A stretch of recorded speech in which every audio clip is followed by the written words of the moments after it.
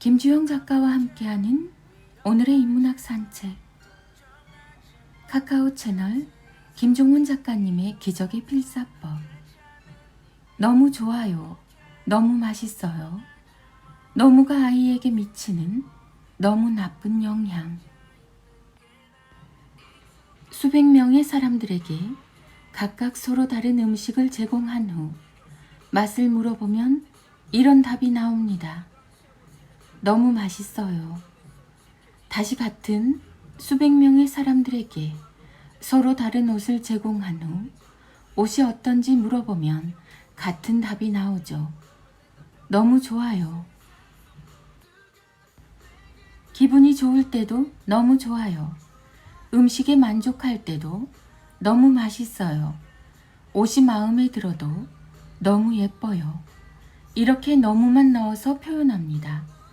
많은 사람이 알고 있겠지만 너무라는 말은 일정한 정도나 부정적인 한계를 훨씬 넘어선 상태로 좋지 않다라는 의미와 어울리는 말이죠. 간단하게 예를 들면 이렇습니다. 너무 맛없다. 너무 별로다. 너무 힘들다. 너무는 이렇게 부정적인 상황에서 쓸 때 비로소 잘 어울리는 표현입니다. 그러나 너무를 사용하지 말아야 하는 더욱 중요한 이유가 하나 있습니다. 너무라는 표현은 아이의 상상력과 창조력, 그리고 생각하는 힘 자체를 잃게 만드는 최악의 표현이기 때문입니다. 이유는 간단합니다. 앞서 예로 든 사례처럼 수백 명의 사람들에게 각자 다른 음식과 옷을 모두 제공한 후에 기분을 물으면 입을 모아 너무 좋아요, 너무 맛있어요 라는 답이 나오죠. 이건 무엇을 의미하는 걸까요?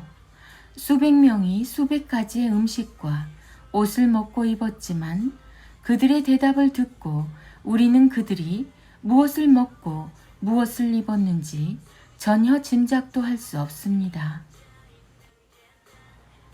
이렇게 너무라는 표현을 자주 쓰게 되면 1. 순식간의 생각을 표현하는 너무라는 세상에서 가장 간단한 표현이 있어서 굳이 깊이 생각하지 않게 됩니다. 2. 모든 표현이 너무라는 말 하나로 전개되기 때문에 자신만의 표현을 갖지 못하게 됩니다. 또한 생생한 표현도 할 수 없지요. 3. 결국 이런 과정을 통해 당연히 문해력이 낮아지고 의사소통이 되지 않아 분쟁이 끊이지 않습니다. 그래서 사람들은 보통 너무라는 표현 대신에 무척이나 아주 매우라는 표현의 사용을 권장하지만 저는 따로 추천하는 게 하나 있습니다. 바로 정말이라는 표현입니다. 일단 써보시면 이유를 알 수 있습니다. 처음에는 별 다른 점을 발견할 수 없지만 일단 쓰고 발음을 하다 보면 결정적으로 다른 점을 찾을 수 있습니다. 정말 좋아요. 정말 맛있어요. 너무를 빼고 이렇게 정말을 넣으면 바로 이런 생각이 자동으로 돌게 됩니다. 얼마나 좋았는지 구체적으로 설명하고 싶다. 그 음식이 얼마나 좋았지? 그 옷이 얼마나 근사했지? 그렇습니다. 정말이라는 표현은 우리의 생각을 자극해서 자꾸만 더 생각하게 만듭니다. 그래서 결국 이런 말을 떠올리게 되죠. 그 음식은 마치 입으로 받는 선물 같아서 씹을 때마다 정말 기분이 좋았어. 몸에 근사한 날개를 다는 것 같은 옷이라 날 자유롭게 만들어줘서 정말 좋았어. 이처럼 음식을 먹을 때, 옷을 입었을 때의 감정이 선명하게 전해지는 근사한 표현을 할 수 있게 됩니다.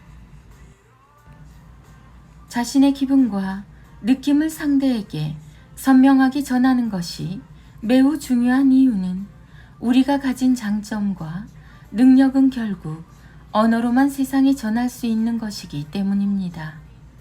앞으로의 세상을 살아갈 아이들에게는 필수와도 같은 능력이라고 볼 수 있지요. 간단합니다. 지금부터라도 너무라는 표현을 아예 지우고 정말을 넣어서 대화를 시작하면 오래지 않아 말과 글에서 뛰어난 아이로 성장하게 됩니다. 김종원 작가. 김종원 작가. 너무 자녀 교육, 부모 교육 책 육아, 홈스쿨링 대화법, 질문, 인문학, 문해력 강의, 정말 근사한 언어가 우리를 근사한 세계로 인도합니다. 네이버 블로그 김종원 작가님과의 대화. 모두 다 가질 수는 없다. 인스타그램에 너무라는 표현이 우리의 생각과 표현력에 부정적인 영향을 준다는 글을 하나 올리면서 이 사실에 대해서 꽤 오랫동안 사색했다.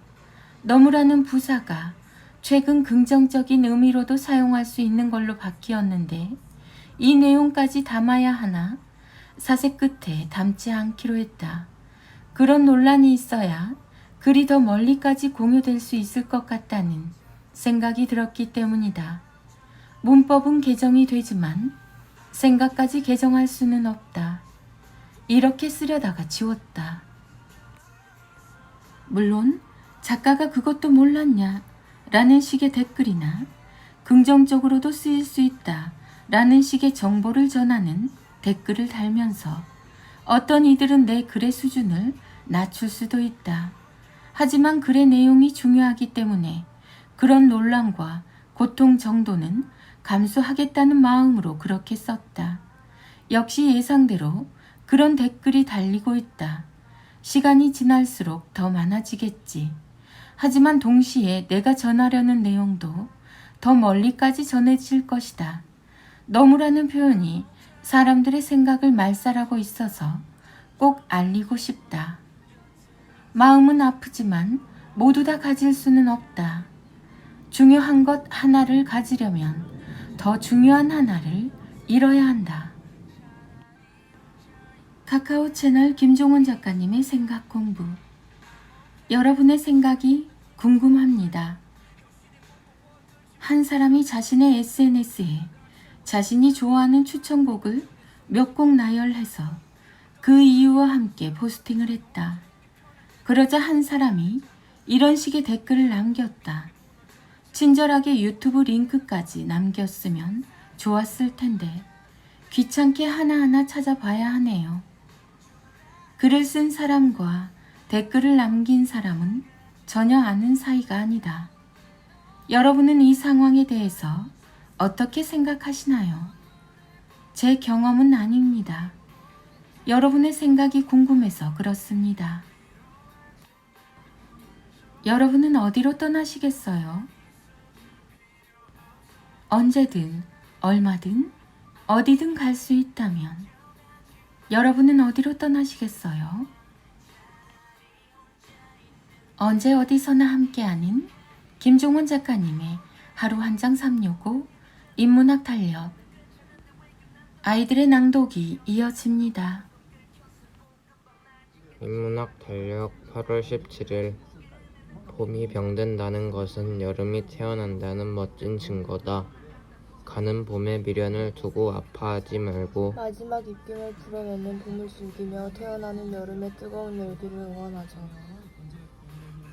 인문학 달력 5월 14일. 아이에게 책을 쥐어주지 말고 스스로 잡게 하라. 그 짧은 순간이 아이의 인생을 바꿀 중요한 기점이 될 수 있다. 아이의 가능성을 믿자.